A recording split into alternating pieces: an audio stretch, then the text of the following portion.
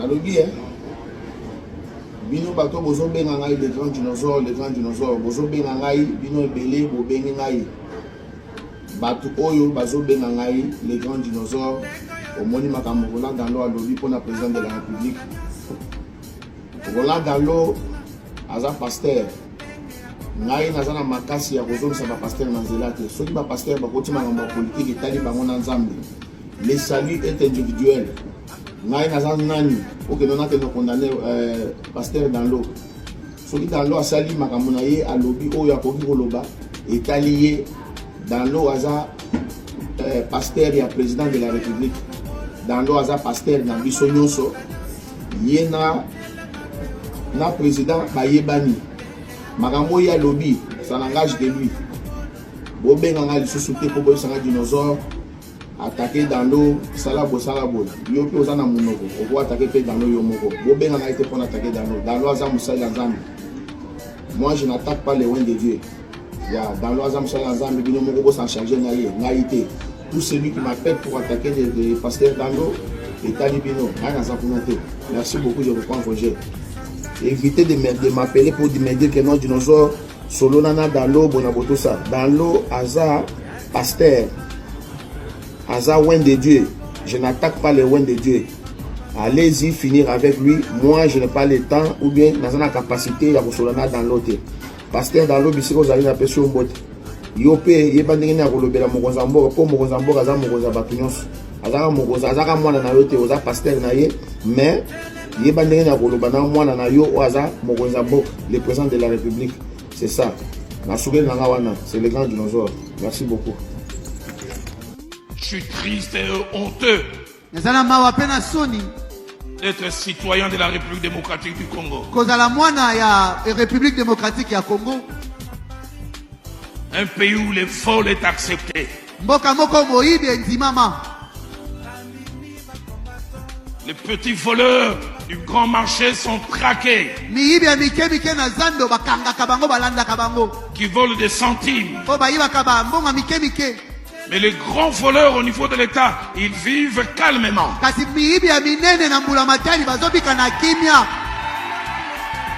Et ce qui me choque, même de supposés politiques chrétiens,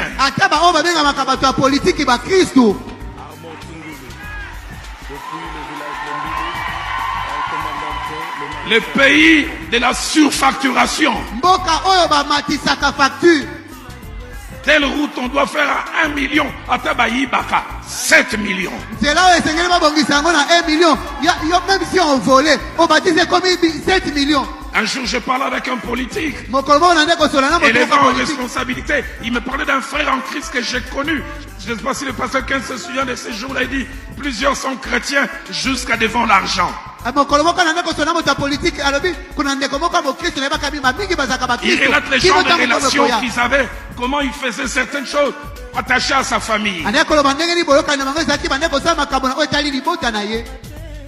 Telle route à réflexionner. Les vrais prix, c'est 5 millions. Les chrétiens nés de nouveau parleurs en langue, il vient présenter 25 millions.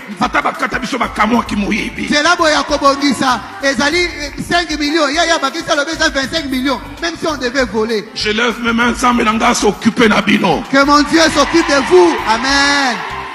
On n'arrive pas à construire des routes à cause de vous. Les enfants n'ont pas de couverts dans des hôpitaux à cause de vous. Que Dieu, mon Dieu, s'occupe de vous, de vos femmes, de vos bureaux et de vos tiroirs. Je fais une prière. De vos maisons acquises par les vols puissent s'écrouler.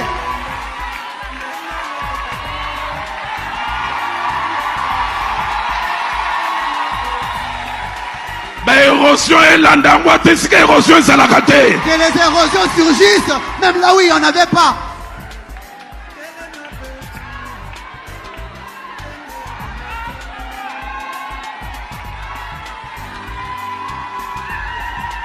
Si tu te dis politique et chrétien, montre-moi tes rapports avec l'argent. Je Je ne sais pas de quelle obédience religieuse il était. Redonnons-nous des papas Kassavubu. Qui, quand il revenait de mission, il pouvait remettre de la Senco demande ainsi à Augustin Kabuya de bien s'informer avant toute déclaration. On l'écoute dans cet extrait choisi par Myriam Boketichou.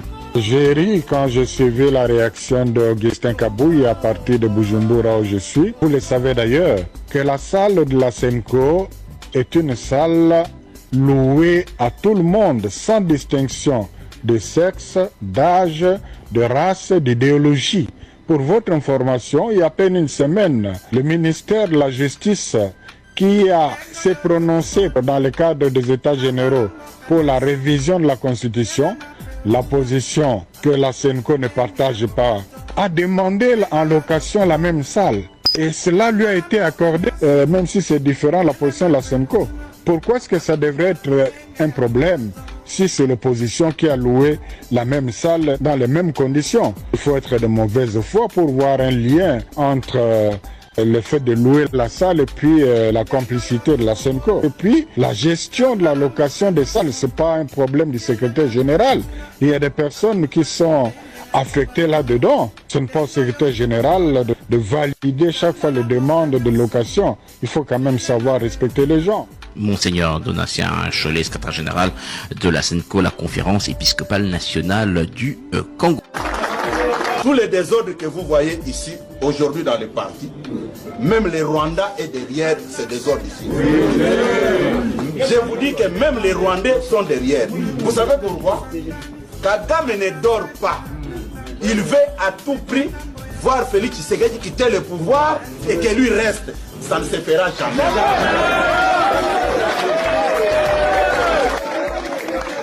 Nous tous, nous sommes derrière les chefs de l'État. Alenghi Abongisa, M. Tshisekedi doit commencer par Kobongisa d'abord.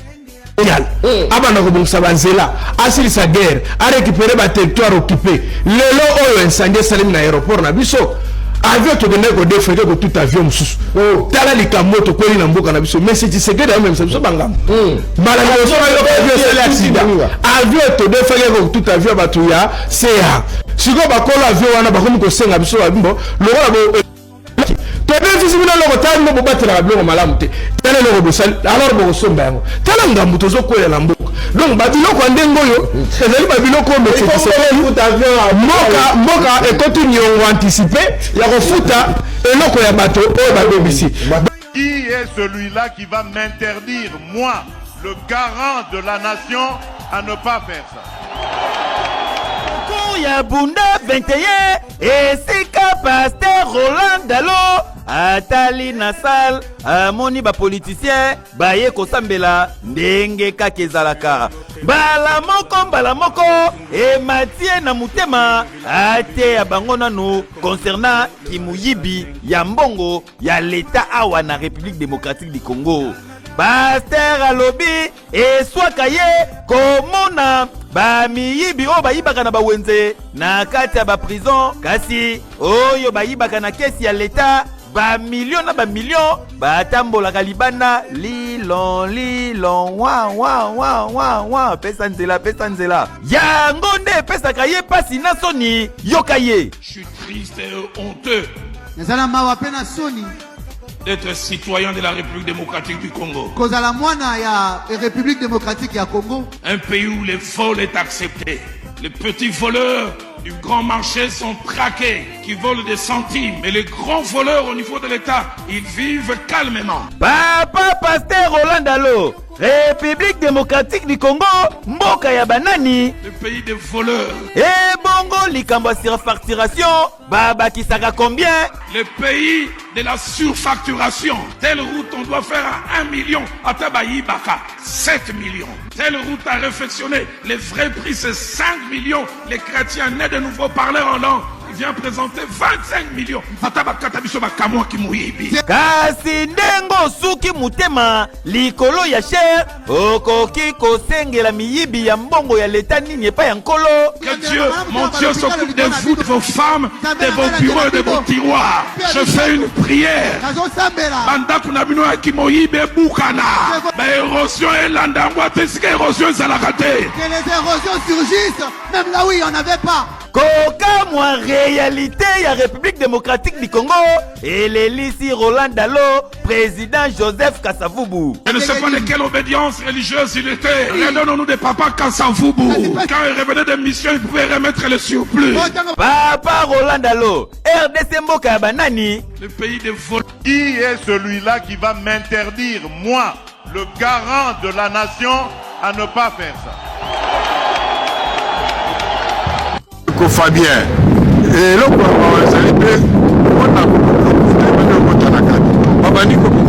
article 217 et lobby donc na kati ya constitution bakoki kokabela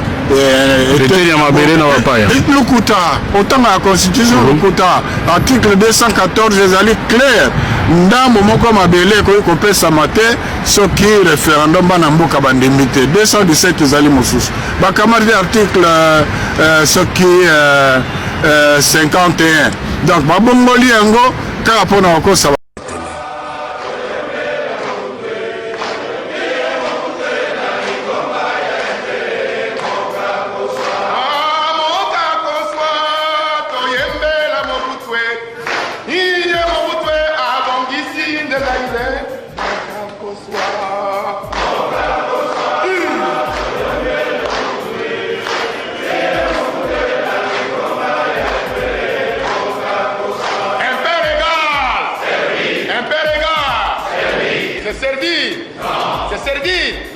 Nous chanterons et danserons.